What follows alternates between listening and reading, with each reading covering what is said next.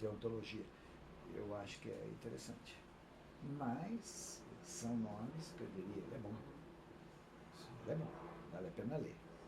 Mas com certeza não é Frege, com certeza não é Wittgenstein, entende? Quer dizer, grandes nomes em filosofia hoje, que me desculpem todos os meus colegas, eles saberiam, se pergunta aí, cada um, se você faz essa pergunta a cada um no departamento, você vai ter respostas diferentes, cada vez. Mas eu diria alguns. Falar em grandes nomes quer dizer simplesmente nomes de pessoas que estão produzindo bem. Agora, a área está em declínio e não há mais, creio eu, estou me arriscando, a dizer que Quine foi o último que eu diria, não, esse é, digamos, excelente. Entende? Eu creio que ele foi o último do qual seria capaz de dizer isso. O senhor acha que, talvez, o senhor mencionou essa ausência da capacidade da filosofia ser relevante para a cultura e discutir com outras áreas, né? Talvez seja alguma espécie de caminho, algo como o filósofo tentar se embrenhar com uma certa área e se tornar relevante nela. Por exemplo, um teórico, um filósofo como Steven Pinker ou o Van Fraasen fazendo teorias de ciências específicas, ou mesmo Dummett tentando discutir a linguagem, né? Talvez seja por aí que a filosofia ainda possa ser relevante de uma forma um pouco maior para a cultura. Pode ser, porque o problema é que a filosofia, eu enfatizo esse aspecto de contato com outras áreas, e enfatizo também a situação da filosofia frente a si mesma. Que a filosofia frente a si mesma, ela está se embrenhando cada vez mais em coisas autorreferenciais. Ela se refere a ela própria, o tempo todo, e cada vez mais questões pormenores técnicos. Eu não posso dizer que, por exemplo, uma determinada posição de alguém que critica o Kripke de Wittgenstein, aliás, desculpe, ao contrário, o Wittgenstein de Kripke. Então, se o Derek Parfit fala alguma coisa sobre isso, eu não vou dizer, não, que é isso? O que você está dizendo não faz sentido. Não, o que ele diz é interessante. E justifica-se. Entende? Mas são cada vez mais fragmentos, entende? Que, digamos que não representam grande coisa. Eu digo, será que a filosofia não poderia sobreviver sem isso? Resposta, facilmente. Facilmente. Entende? Quer dizer, alguém que... Hoje, por exemplo, o trabalho de Timothy Williamson, o livro dele, Knowledge and Its Limits, é interessante, mas o The Philosophy of Philosophy, né? Veja, já há uma certa autorreferência aí, né? É interessante. Agora, ele, nas conferências recentes, quando ele diz que a diferença entre o analítico e o sintético é shallow. Ele tenta mostrar que é difícil distinguir, e ele diz que a diferença é shallow, é rasa, né? É rasa. A gente ouve isso e diz, sim, e daí? E daí? O que quer dizer raso? Entende? Quando eu vou distinguir entre dois grupos de frases. Então, eu acho que vai por aí, entende? Que, digamos, quando a gente ouve uma dessas conferências e ao final pergunta, bom, mas o que mais? É só isso? Né? Então, algo não está funcionando bem.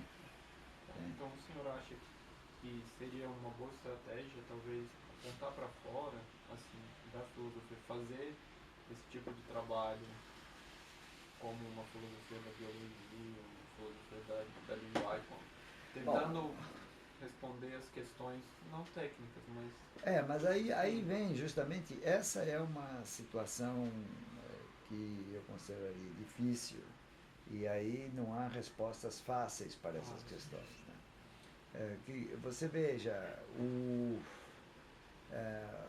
a dificuldade é que, por exemplo, por que alguém como Frege foi capaz, ele, um matemático, ele foi um matemático que fez escola, estudou, ou melhor, ele frequentou a escola na Alemanha, e na escola ele provavelmente leu alguma coisa de filosofia, porque a gente vê que de repente ele fala sobre certas coisas em filosofia e fala bem, fala com habilidade.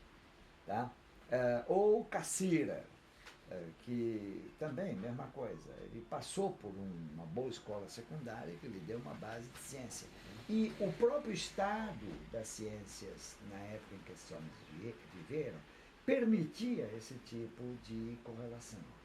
Ora, hoje, entende, o desenvolvimento das ciências também vai no sentido de especialização crescente, etc. Então, aí vem um aspecto penoso, que quando a gente vê o filósofo tentando trabalhar numa outra área, fazer uma outra ciência, tá? Aí a gente vê coisas difíceis. Na minha área é muito comum que filósofos que fizeram graduação em filosofia, você tem as duas coisas, o filósofo faz graduação em filosofia, faz doutorado, etc., às vezes doutorado em lógica, conforme o caso, ou às vezes em filosofia, tanto faz. Que depois se dedicam à lógica e à matemática, à filosofia da matemática, e começam, então, a gerar a impressão de que eles são matemáticos, quando não são. Não são. Isso é muito comum, eu vejo esse fenômeno há 20, 30 anos, 40 anos. Tá? Nós tivemos aqui um caso, não vou mencionar nomes, mas é alguém que vocês não conhecem. Tá?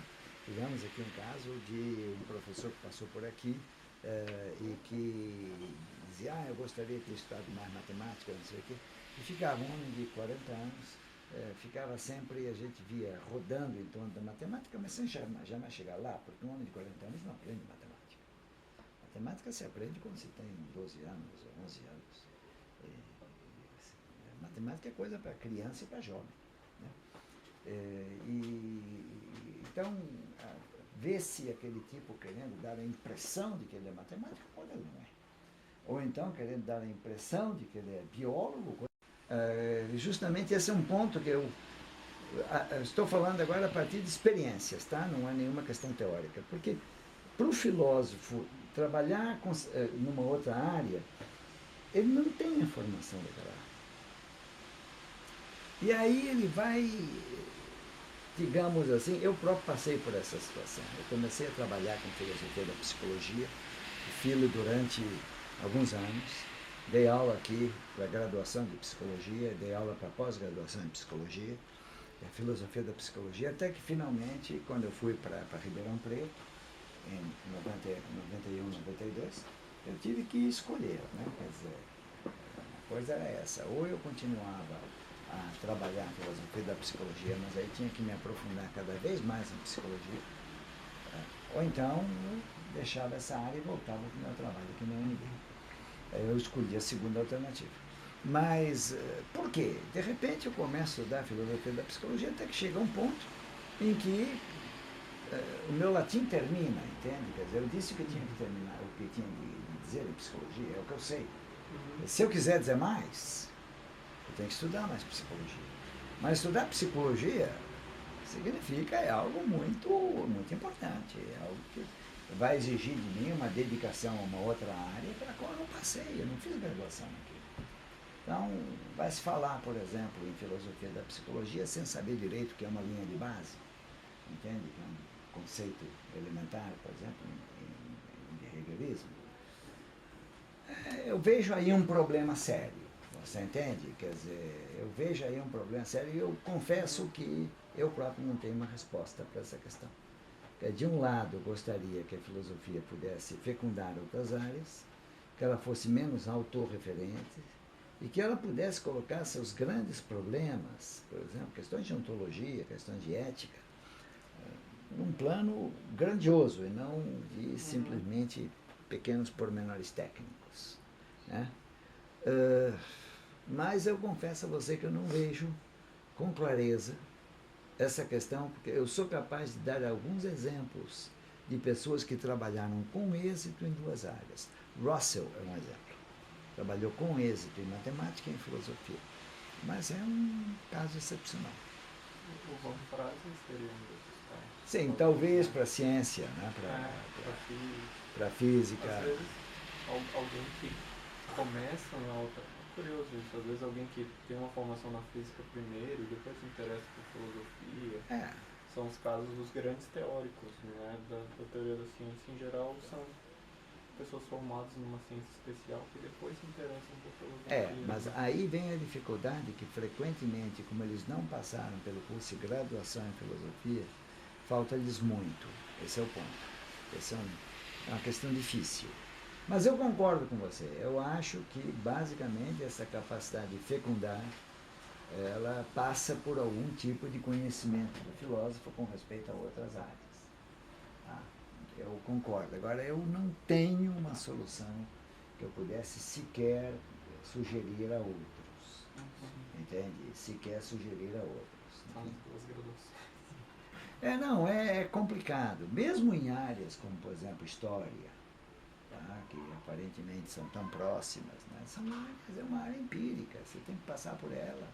Tem que fazer trabalho de documentos e tudo mais, tem que ir para arquivos. Depois vai lá o filósofo falar sobre questões de, enfim, as grandes questões da história, mas ele próprio não tem o trabalho empírico correspondente. O trabalho empírico é muito importante. Percebe? Então é isso. Então, vejo, na minha... mas eu acho que eu não sou o único a pensar assim hoje, mas a minha impressão é que a filosofia está numa fase pouco brilhante, se você quiser, até mesmo numa fase de algum declínio. Agora, isso não quer dizer, não sou profeta, que a filosofia morreu, que está agonizante. De jeito nenhum, porque a filosofia já teve situação muito pior no passado. Por longos períodos históricos, ela quase desapareceu. E depois ela retornou. Professor, ainda nessa mesma toada, quais seriam então os critérios para estabelecer um trabalho filosófico de qualidade? Para avaliar, né? Para avaliar um trabalho? Não, esses que eu acabo de citar, eu diria que é importante esse papel fecundador da filosofia. Quando você tem um bom trabalho, ele vai despertar interesse não apenas dentro do universo filosófico.